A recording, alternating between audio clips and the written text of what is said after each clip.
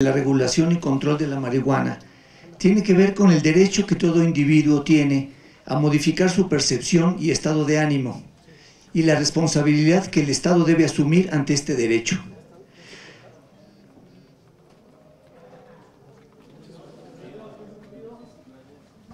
Y la responsabilidad del Estado debe consistir no en prohibir y castigar, como se ha hecho hasta ahora con los resultados desastrosos que hemos presenciado, teniendo ante nosotros una montaña de cadáveres y cientos de miles de huérfanos y familias destrozadas.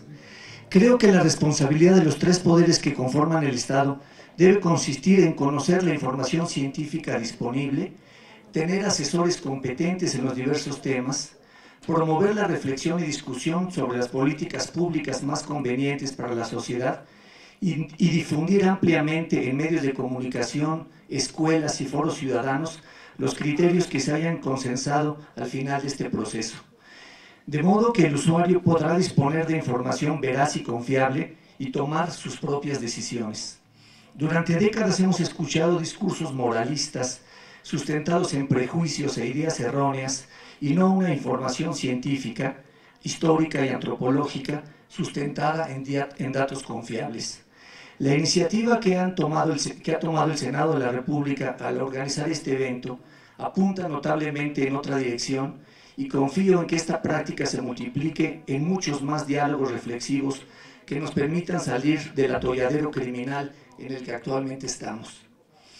Evidentemente, la relación del Estado con los individuos y la sociedad es distinta en diferentes etapas históricas.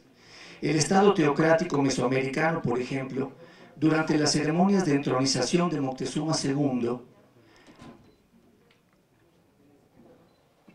el Estado teocrático mesoamericano, por ejemplo, durante las ceremonias de entronización de Moctezuma II, 2000 danzantes consumieron hongos psicoactivos provenientes de las laderas de los volcanes durante 4 días consecutivos, según la crónica mexicana escrita por Hernando de Alvarado Tezosomoc.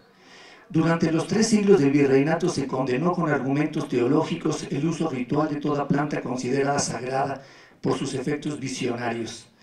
En el largo proceso de conformación del Estado moderno, en el que todavía nos encontramos, el Estado mexicano, a lo largo de los siglos XIX, XX y lo que va del XXI, ha implementado una política prohibicionista atenida a los lineamientos internacionales impuestos por los Estados Unidos. País que ha entrado ya en lo que parece un proceso irreversible en la legalización medicinal y recreativa de la marihuana. En cambio, las naciones que asumieron como suya esa política errónea y criminal han desatado auténticas carnicerías en sus respectivas sociedades. Hay que recordar que el inicio de la política prohibicionista a nivel internacional, mediante acuerdos multilaterales, tuvo su origen en 1909, en Shanghái, cuando la delegación de los Estados Unidos hizo suyo el pronunciamiento del obispo Brent, un obispo de Manila, quien declaró que todo empleo no médico de una droga es inmoral. Todo empleo no médico de una droga es inmoral. Debo mencionar que, de acuerdo con los datos de la antropología moderna, todas las culturas de todos los tiempos y lugares han empleado sustancias psicoactivas que modifican la percepción y el estado de ánimo. Y más aún, tanto la etnología como la etnobotánica han planteado que el origen del pensamiento religioso se encuentra precisamente en el consumo de plantas que se han sacralizado por tener propiedades psicoactivas. Además, por supuesto, de las prácticas ascéticas que consisten en prolongados ayunos y disciplinas corporales para provocar estos estados de éxtasis místico. De modo que no estamos ante un fenómeno extraño, sino que llega hasta nosotros avalado, digámoslo así, por una tradición milenaria. Pero la familiaridad que cada cultura tiene con una sustancia se convierte en aversión y hasta en horror cuando se trata de sustancias que le son culturalmente ajenas y desconocidas. Eso es precisamente lo que ocurrió entre los frailes franciscanos, dominicos, agustinos y demás evangelizadores en el territorio mexicano. El horror que les causaba presenciar o escuchar relatos en los que se daba cuenta del consumo de ololiuqui, peyote, hongos y otras plantas sagradas, los llevó a asociarlas con engaños del demonio y a considerar a los ritos asociados a ellas como satánicos. Desde luego que la cultura de los colonizadores tenía su propia y privilegiada sustancia embriagadora, que era y sigue siendo el alcohol. El vino en la cultura occidental, hay que recordarlo, proviene de los cultos grecolatinos a Dionisos y Baco, donde era considerado como sangre divina. Posteriormente fue adoptado por el cristianismo y sublimado por su propia mitología, al grado de consagrarlo en el momento en que, en la última cena, Jesucristo hizo una analogía de él con su propia sangre, dando lugar al ritual de transustanciación en la Eucaristía católica. La gran cantidad de vasos hallados en las catacumbas cristianas revela la embriaguez ritual de los primeros cristianos que adoptaron algunas costumbres del mundo grecolatino.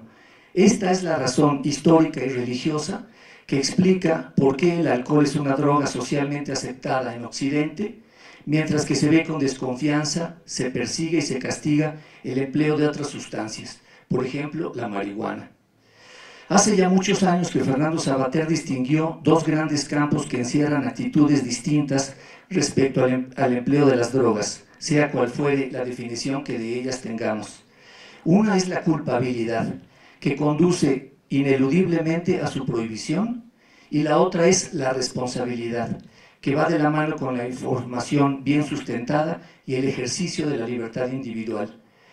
No se trata de estar en contra o a favor de las drogas, esta es una falsa disyuntiva. Se trata de desplazar el tema del discurso moralista, donde siempre ha estado, al terreno de la información científica.